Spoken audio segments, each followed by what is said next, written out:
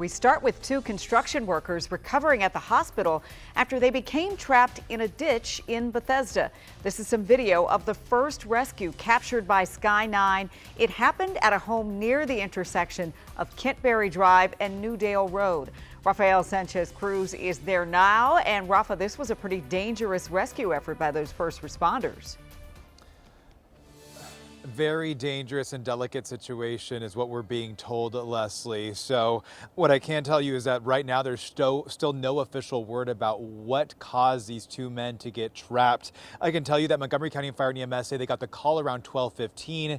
The first man who was rescued had dirt up to his waist. He was trapped for about an hour. The second man had dirt nearly to his head. That's according to Montgomery County Fire and EMS. So crews were able to pull the second man about 3 hours ago. You're seeing Sky 9 video of what that second rescue looked like. He was trapped in the ditch for about 2 hours. Rescuers say he was speaking to them the entire time, but they were concerned about his body being entrapped for so long. Now, I'm going to show you this second video that we have. That's the construction worker, the second one, being put in an ambulance. The man's colleagues were also on scene, concerned for their coworker. Montgomery County Fire and EMS requested help from state and federal officials for this rescue. Ironically, today, Montgomery County was training for these types of situations. Now, Montgomery County Fire Chief Corey Smedley is calling this a very delicate and dangerous situation. Here's why.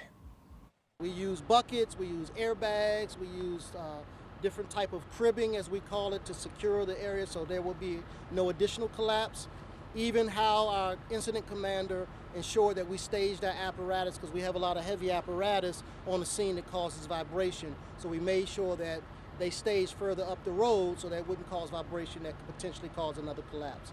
Before we can even get all of the dirt away, the second victim actually came out the ditch himself.